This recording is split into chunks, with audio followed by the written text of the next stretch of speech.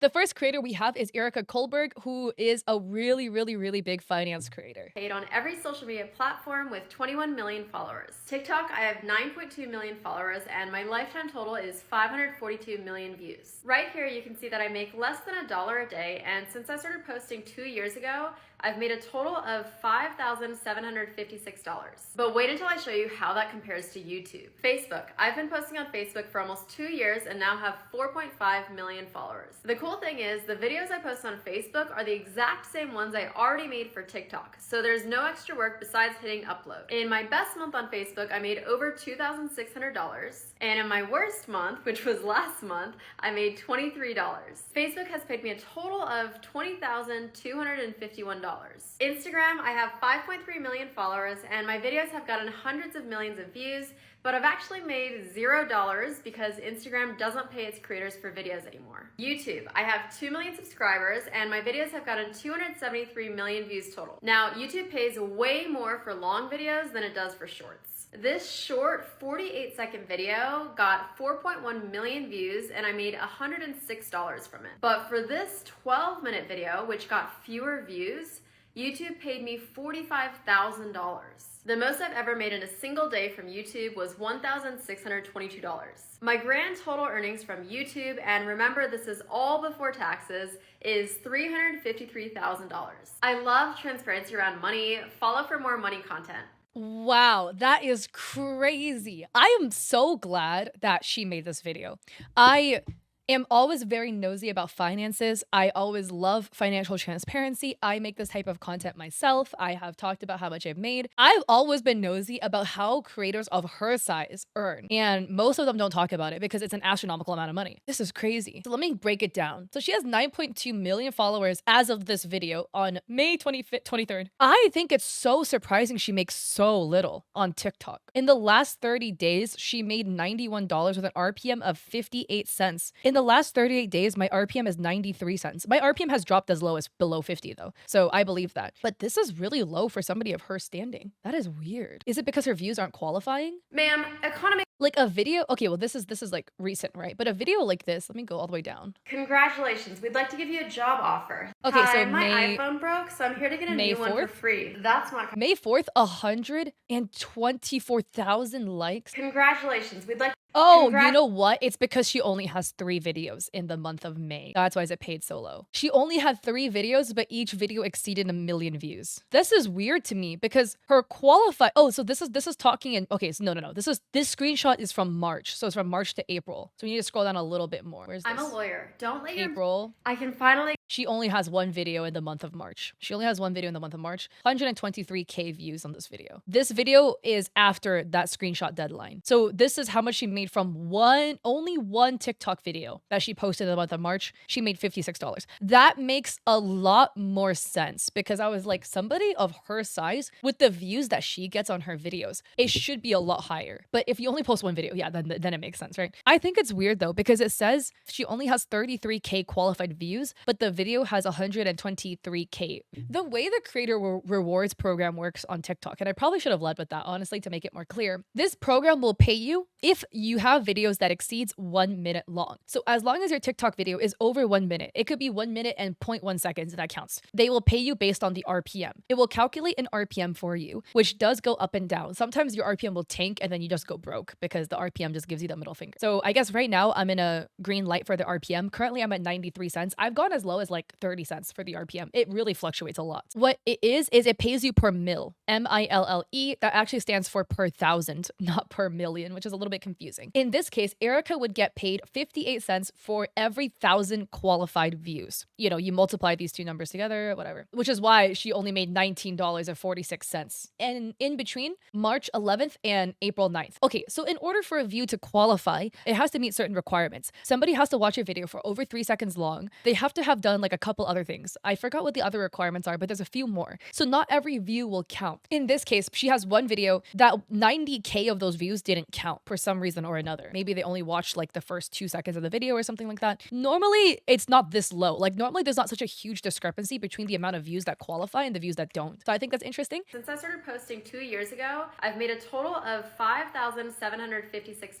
So Facebook has a Reels bonus program, which can pay you good money. I'm surprised that she only made 2.6K because I have friends that make thousands, like 10K even, and they're way smaller than she is. I'm not very familiar with Facebook's payout system. So they're maybe like because they're in a different category, right? They're not finance creators, which is odd because typically finance creators get paid more. If the view count doesn't count towards monetization, does it still count towards the view count displayed in the video? Yes. It will still count on the video even if it's not a monetized view. And in my worst month, which was last month, I made $23. This is why I say ideally don't count, if you can, these bonus programs as part of your earnings. They fluctuate so much. You can see here, right? 600, 800, 200. Like, do you see how big the jump is between these numbers? Maybe she isn't posting as frequently. That could be an option. But a lot of times the RPM drops or whatever, or they cut the program entirely. So this type of income is pretty inconsistent to rely on because you're at the whim of the platform and whether they decide to even continue that program in the first place. The RPM tanking you. Hundreds of millions of views, but I've actually made $0 because Instagram doesn't pay its creators for videos anymore. I just think it's odd because like Instagram has historically had bonus programs. So I'm surprised that at some point when they had it, she wasn't, because she's been making content for a long time now. Because I was in the bonus program like at every point it was available basically. Yeah, it is quite sparse. I do wish they paid more, man, but so this video is in 2024. Yeah, so the very first Instagram Reels bonus program I was in, this is what I got paid. I was paid $106 for the period between April 21st to May 21st, 2022. And then they did that for a while. And then I think they like pulled the program after a while. But the program, they made a new bonus program. So there's a new bonus program, the spring bonus program. And that was active this year. Oh, you know what? Actually, no, I'm lying. That program started literally 2 days before her video. So, okay, wait, that makes a lot more sense. I was just confused because I knew the program did exist. And then I know it exists again. This is my most recent payout. Or like not my most recent, sorry. This is the one that is the new program started in this window. At least that's when I got into the program. So for me, I got into it May 21st, and then this is from the period of May 21st to June 5th. And then in the new program, they changed their time window. The spring bonus program, now it's the fall bonus program, whatever. They pay out twice a month instead of once a month. The pay period is now 2 weeks, roughly 2 to 3 weeks instead of the 1 month it used to be. So it's a little bit different. Instagram's bonus program has no consistency. You just pray. Yeah, my bonus program, I mean, I will show you guys, right? I am very open with my finances as well, especially creator finance. So you can see, I'm only going to show you the recent ones, right? The seasonal ones, because it doesn't matter the ones from 2022. So they have their seasonal bonus program. It will be called spring bonus program. Then it was called summer bonus program. Now it's called fall bonus program. So the lowest that I've made is the summer bonus program. I made $48.15. Instagram Reels bonus program this year. And then the highest I ever made from the Instagram Reels bonus program of the seasonal ones, these are all pretty close. Okay, it's this one. The highest I made is $150. And that was between September 28th to October 13th. I'm going to be real. I've been a little lazy and haven't been posting reels lately. So in fall, I'm probably going to make not that much. These programs, by the way, are opt-in. So here is the requirements. According to this website called Pretis.ai, this article was written June 27th, 2024. What is the eligibility requirement for Instagram Reels Play bonus? It's not for everybody. It is invite only, yes. And there will be a pop-up on your screen that you have to accept. So yeah, you have to have a professional account. You have to meet their monetization policies, live in an eligible country, and have less than 1 million followers. And then under the professional dashboard, if you go to tools, click get started with bonuses. So yeah, authentic content. Yeah, it doesn't explicitly tell you any numbers. Okay, YouTube Shorts now. YouTube Shorts pays you absolutely nothing. 4.1 million views, she made $106. I have a YouTube short that got over $1 million, maybe close to $1 million. See how much I earn from that. This is my top performing short on YouTube. It's an 11-second short that has gotten 1.1 million views since it was published. Apparently, I got 1.2K subs from this video. I don't know, right? It's at 1.1 million views. It made me $66.56. Shorts pays you nothing. And then let's see here. So then she talked about, yeah, her highest earning YouTube video. She had a video that got fewer views. So this video from Erika Kullberg is from 3 years ago, and it's titled, I quit my $250K job after learning this about money. And it's at 3.9 million views. It could have garnered more views after, but that video earned her $45,000. But yeah, that's crazy. And you can see here, right? 44.9 9K is from watch page ads, but take a look. Almost 700 is from YouTube Premium. YouTube Premium has been rolling out a feature to where if people who have YouTube Premium watch your videos, you don't get an ad share because they don't watch the ads, but you will still get a portion of their YouTube price, something like that. But that is so cool though. And honestly, like in my opinion, YouTube is the most consistent way to earn money. You can't predict how each video is going to perform, but there is some predictability in like the monthly earnings from it. So now we have another creator. So I found a bunch of creators of different sizes so we can get kind of like a comparison, right? Of earnings depending on how big or small you are or where you're at as a creator. So Jennifer Tenora is a micro influencer. That's what they call themselves, right? How much I made as a tiny micro influencer. I started posting on TikTok January 1st of this year. First month, of course, I made $0 because I had no idea what I'm doing. In the month of February, I joined Kale. It's an app where you make videos for brands.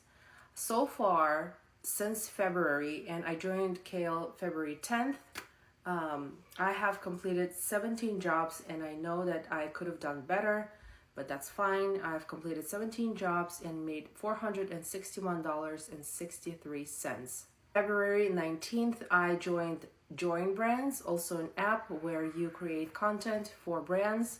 It could be pictures or videos. It takes a There's a lot of those types of brands and apps and stuff like that out there. So I'm really glad that Jennifer found what works for them. I just think for you as creators, like joining these platforms can be really helpful for you to find brand deals. Jennifer mentioned Kale, Join Brands. I've never used either of those, but there's like Mini Social. They do mainly gifting campaigns. I've used Aspire.io. I've gotten a fair amount of deals from that one. There's also Coley. I landed a deal with a very big company through Coley. A lot of these different platforms out there. And then you as an influencer go on these platforms and apply for campaigns and things like that. It takes a little bit of time before you actually get the job, but let's say I started joining brands around March.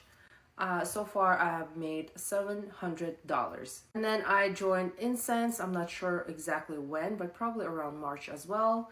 I have completed 4 jobs for Incense and earned $187. I've heard about One job Incense. was a free product, and that product was a gym equipment worth $250. TikTok shop, which is very recent. I think I've posted maybe 4 videos so far and made $0, 0 sales, but I've been going live pretty much every single day. First 3 lives, $0. Fourth live, I think it was 4th live, I made $93.81.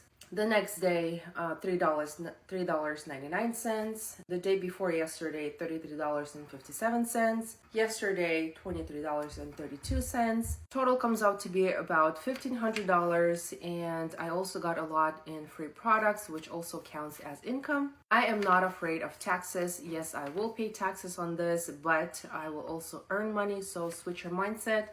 Go ahead and post, go live. Post your TikTok shop videos. If you have any questions, let me know. Like, I love this creator and their financial transparency. Like, absolutely love that. This is not on them, right? This is, I've heard this narrative from other people. I've heard other people say, oh, I don't want to do this because it's going to make me pay extra taxes, so I'm gonna lose money. I don't know what country you live in, but in the US, if you earn more money, even including taxes, you will still take home more money. It's ludicrous to have the arguments, in my opinion. I don't want to do extra stuff because I'm gonna earn more money and then I'm gonna have to pay extra in taxes. You still end up with more money.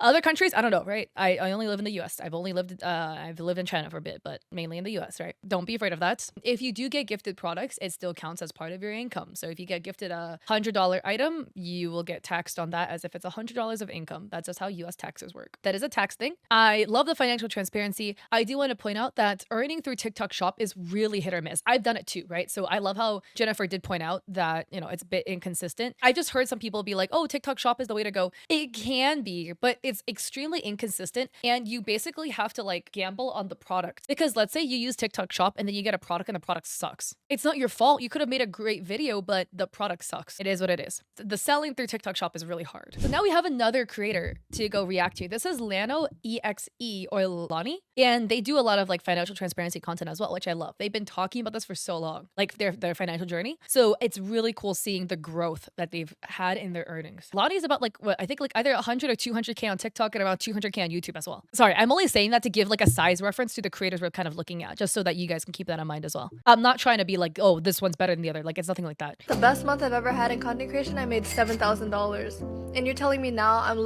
trying to work respectfully at Walmart for 15 bucks an hour? I'm gonna go from making $7,000 a month once a year to now I have to apply to jobs for $15 an hour to be harassed by men, hit on by men at a restaurant maybe, and to be shit on all day, and for my body to be sore at the end of the day and have no free time. It breaks my heart thinking I'm not going to be able to pursue my dreams. Like, I have to cope with reality and settle, and most of us have to settle, and 80% of America is paycheck to paycheck.